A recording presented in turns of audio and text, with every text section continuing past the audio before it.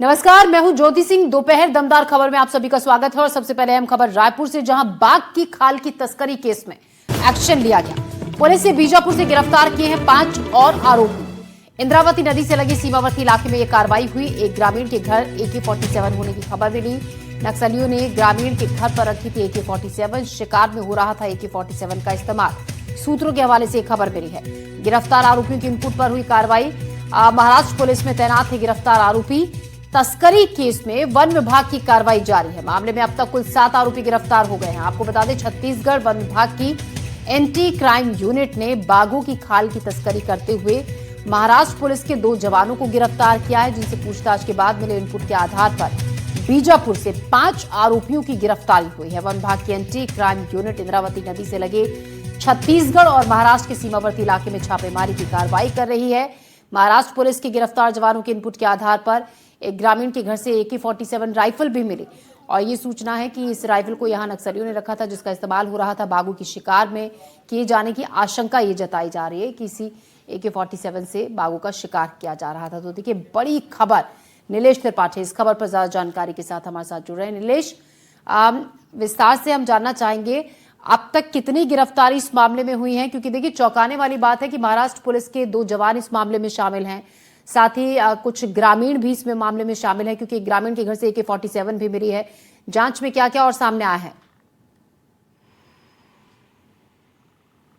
देखिए ज्योति, ये मामला जैसे जैसे जांच का दायरा बढ़ता जा रहा है वैसे वैसे हैरान करने वाले और बड़े खुलासे होते जा रहे हैं। जैसे अभी तक जो जानकारी मिली है एक्सक्लूसिव NDTV पर हम बता रहे हैं कि लगभग 5 और आरोपियों को गिरफ्तार किया गया और छापेमार कार्रवाई चल रही है, अभी रुकी नहीं है और लगातार इसमें जो है और भी गिरफ्तारियाँ होने की बिल्कुल संभावना है। इंद्रावती टाइगर जो रिजर्व है बीजापुर के क्षेत्र में जो आता है, वहाँ पर ये कार्रवाइयाँ चल रही हैं। खासकर जो सीमावर्ती इलाका है इंद्रावती नदी का, जो महाराष्ट्र की बॉर्डर को भी टच करता है, उन इलाकों में कार्रवाइयाँ चल रही हैं। और अभी तक जो जानकारी मिली वो एक के बाद एक बड़ी हैरान करने वाली मिली। पहली बात तो ये कि 29 और 30 जून की दरमियानी रात जिन 2 आरोपियों को गिरफ्तार किया गया था, जो दोनों महाराष्ट्र पुलिस से संबंधित आरोपी हैं, जिनमें से एक इंटेलिजेंस से जुड़ा है और दूसरा जो है वो आरक्षक था, वहाँ पर गढ़चिरौली के अहिरी क्षेत्र में पदस्थ थे दोनों। और जो आरक्षक है गेडाम, विष्णु वीडेश्वर गेडाम उनका नाम है, उनको राष्ट्रपति से सम्मानित भी किया गया था 2021 में।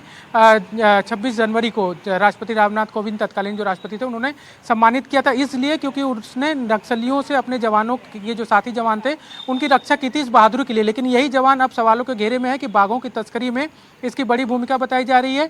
एक और बड़ा इनपुट इन्हीं से मिला। इनसे जब पूछताछ हुई कि तो ये इनपुट मिला कि जो 2 खाल बरामद किए गए हैं, उनमें से एक खाल 5 महीना पुराना है और एक जो है वो 1 महीना पुराना है, यानी कि जो शिकार का सिलसिला है वो लंबे समय से चल रहा था। इतना ही नहीं, एक और बड़ा इनपुट ये भी मिला है कि जो वन विभाग की जो एंटी क्राइम यूनिट थी, उसको एक ये इनपुट था कि 4 बाघों की खाल की तस्करी की जानी है, लेकिन इनको जब दोनों को पकड़ा गया तो 2 ही बाघ के खाल बरामद हुए हैं। इनसे ही जानकारी मिली कि 2 को पहले बेचा जा चुका था।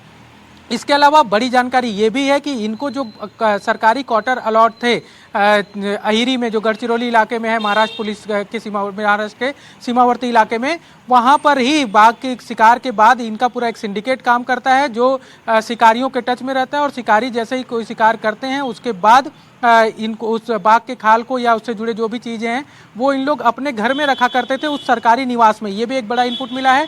इसके अलावा सबसे बड़ी जानकारी इसमें ये भी मिली है कि इसके नेटवर्क जो हैं सिर्फ छत्तीसगढ़ या महाराष्ट्र तक सीमित नहीं है। इसके नेटवर्क म्यांमार और चाइना जैसे देशों से भी सिंडिकेट जुड़ रहे हैं। बताया जा रहा है कि छत्तीसगढ़ में या सीमावर्ती इलाकों में तस्करी शिकार करने के बाद उनके जो अंग होते हैं वन्य जीवों के, जो खासकर संरक्षित प्रजाति में, चाहे वो बाघ हो, पेंगुइन हो या फिर अन्य, उसकी तस्करी जो है वो आंध्र प्रदेश, उड़ीसा, इस राज्यों से होते हुए म्यांमार और दूसरे देशों तक की जाती है।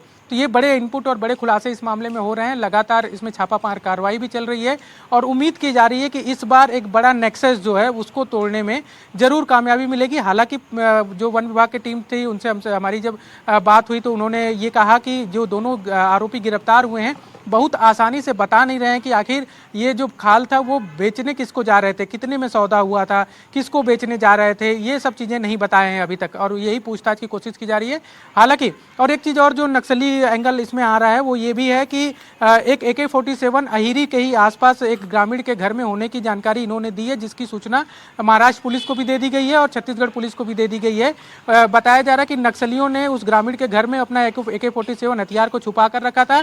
अब चूंकि जब नक्सल समस्या का लगभग समाधान हो गया है और लगातार सुरक्षा बलों के जवानों का जो है वो सर्चिंग अभियान बढ़ता जा रहा था, तो ऐसे में नक्सली उस हथियार को लेकर नहीं गए थे और उसके बाद ये शिकारी जो हैं उस हथियार का उपयोग जो है बाघ मारने के लिए कर रहे हैं। ये भी एक बड़ा इनपुट मिला है। तो कुल मिला के इसमें एक बड़े खुलासे और भी होने हैं और लगातार इस पर जो है वो नजर भी बनी। जी, तो इस सिंडिकेट के तार छत्तीसगढ़ के अलावा आसपास के अन्य राज्यों तक फैले हुए हैं और हो सकता है कि पुलिस महकमे के कुछ और इस पूरे मामले में शामिल कुछ और लोग भी जांच के दायरे में आए। फिलहाल जांच पड़ताल जारी है, लगातार पूछताछ इनसे हो रही है। तो छत्तीसगढ़ वन विभाग की एंटी क्राइम यूनिट ने बाघों की खाल की तस्करी करते हुए महाराष्ट्र पुलिस के 2 जवानों को गिरफ्तार किया है। देखिए इसी पर एक और रिपोर्ट।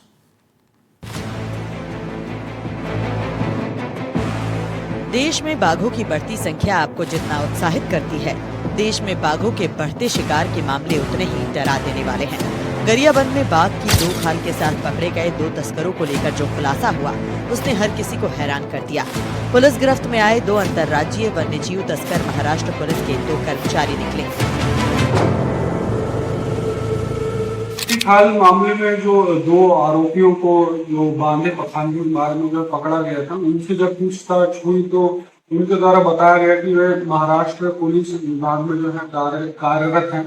इसमें एक जो है हेड कांस्टेबल थे अहेरी में पोस्टेड है और एक जो है इंट डिपार्टमेंट में जो है कार्यरत है। जब एंटी पोचिंग टीम ने पूछताछ के आधार पर विजेश्वर गेडाम के सरकारी पुलिस क्वार्टर की तलाशी ली, तलाशी के दौरान वहां से करीब 5 किलोग्राम पैंगोलिन के शल्क बरामद किए गए।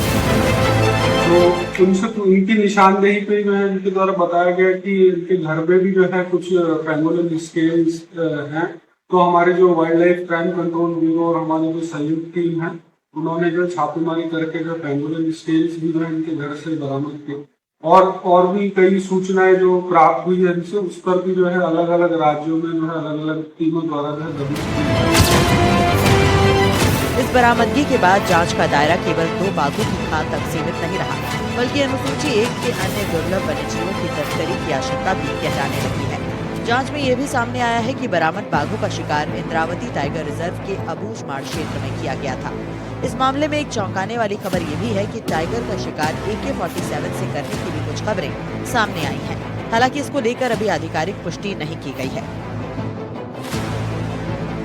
हमारे ऑफिसर्स को और wild life crime control bureau के लोगों को सूचना मिली थी कि इस तरीके की कोई गतिविधि है, तो उस सूचना के आधार पर कार्रवाई हुई। फील्ड के ऑफिसर्स, हेडक्वार्टर का flying squad, wild life crime control bureau की टीम, सब ने मिलकर कार्रवाई की और सफलतापूर्वक कार्रवाई हुई।